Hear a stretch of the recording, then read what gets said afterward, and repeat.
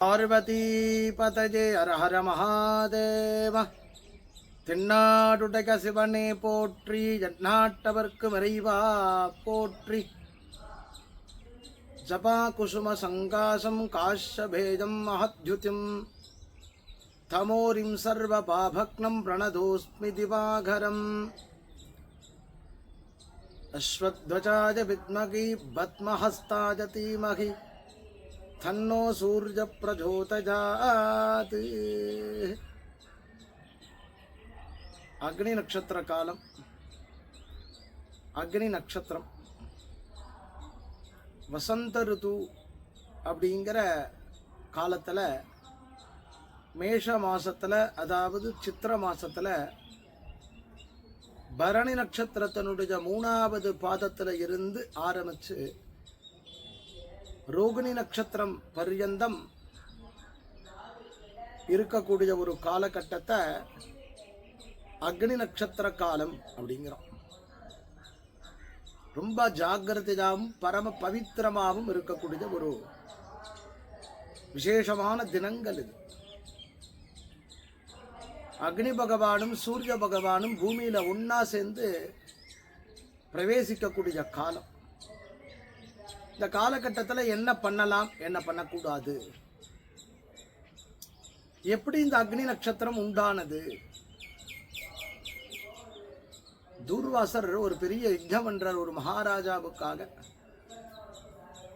இந்த மகாராஜாவுக்காக பண்ண யஜ்ஞம் இருக்க எத்தனையோ ஆயிரக்கணக்கான வருஷங்கள் அந்த யஜ்ஞம் பூர்த்தி ஆகல. அந்த யஜ்ஞம் நடந்துட்டு இருக்கக்கூடிய சந்தர்ப்பத்தில் அக்னியில ஆகுதி கொடுத்துட்டு இருக்க தூர்வாசர். அந்த அக்னியில கொடுக்கக்கூடிய ஆகுதிய அக்னி பகவானால ஏத்துக்க முடியல. தொடர்ந்து அங்க தன்னுடைய காரியத்தை பார்த்துட்டு இருந்த அக்னி பகவானால அந்த தகிக்க ஆரம்பிச்சுடுது அவருக்கே. உடனே இங்கேருந்து சத்தியலோகத்தில் போய் பிரம்மாவுக்கு நமஸ்காரம் பண்ணி, நான் என்ன பண்ணட்டும்,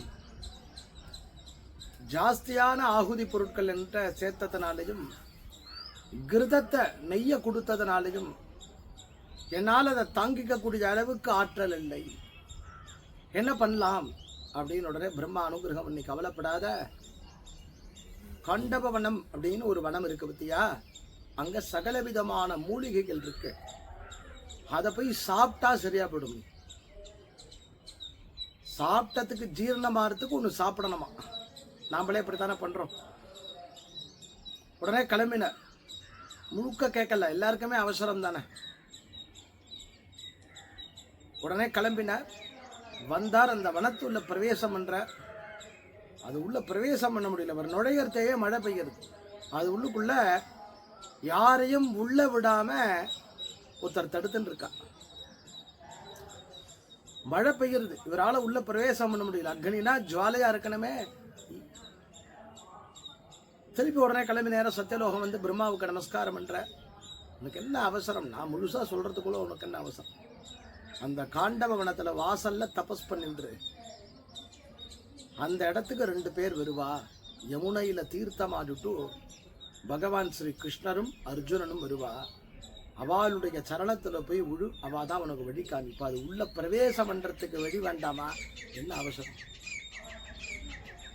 இவா 2 பேருக்காக எத்தனையோ வருஷங்கள் காத்துட்டு இருந்தாராம் அக்னி பகவான்.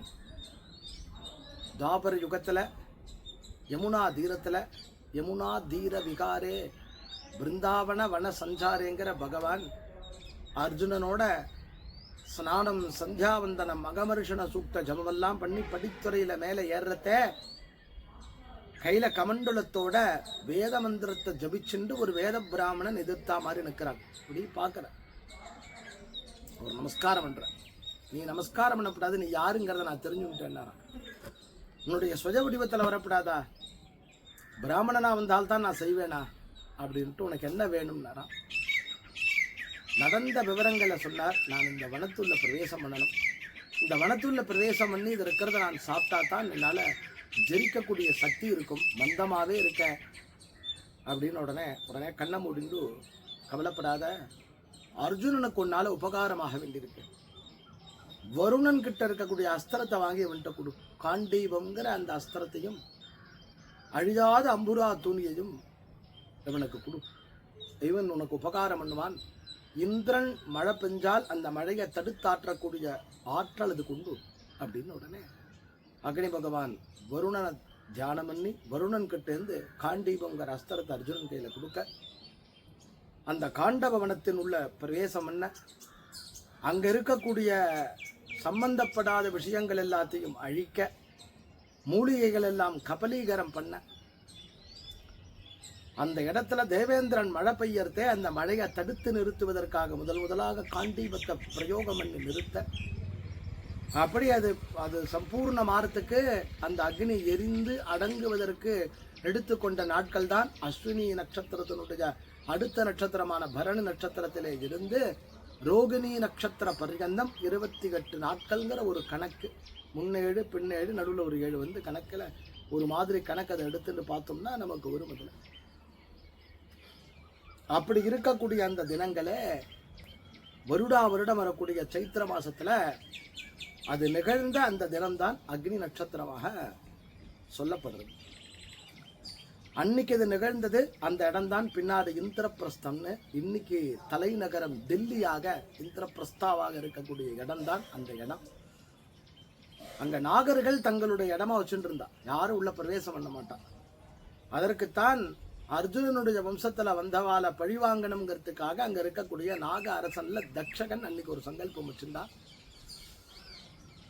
தக்ஷகனுடைய தலைமையில நாகர்கள் எல்லாம் அங்க இருந்தா. அவள் எல்லாத்தையும் விரட்டிட்டு இவ அந்த இடத்த வாங்கிண்டா. அப்பேற்பட்ட அந்த 21 நாட்கள் 28 நாட்கள்னு இருக்கக்கூடிய அந்த நாட்கள் கணக்களவில் அக்னி நட்சத்திரம்.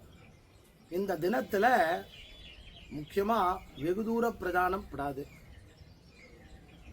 பழைய கட்டடங்களை உடைக்கக்கூடாது, பயிர் நடுதல் கூடாது, வித்யாபியாசம் ஆரம்பிக்கப்படாது, உடைக்கக்கூடாது, உடக்கூடாது, இதெல்லாம் பண்ணக்கூடாது. என்ன பண்ணலாம்? தெய்வ வழிபாடுகள் பண்ணலாம், கிரகப்பிரவேசமே பண்ணலாம்.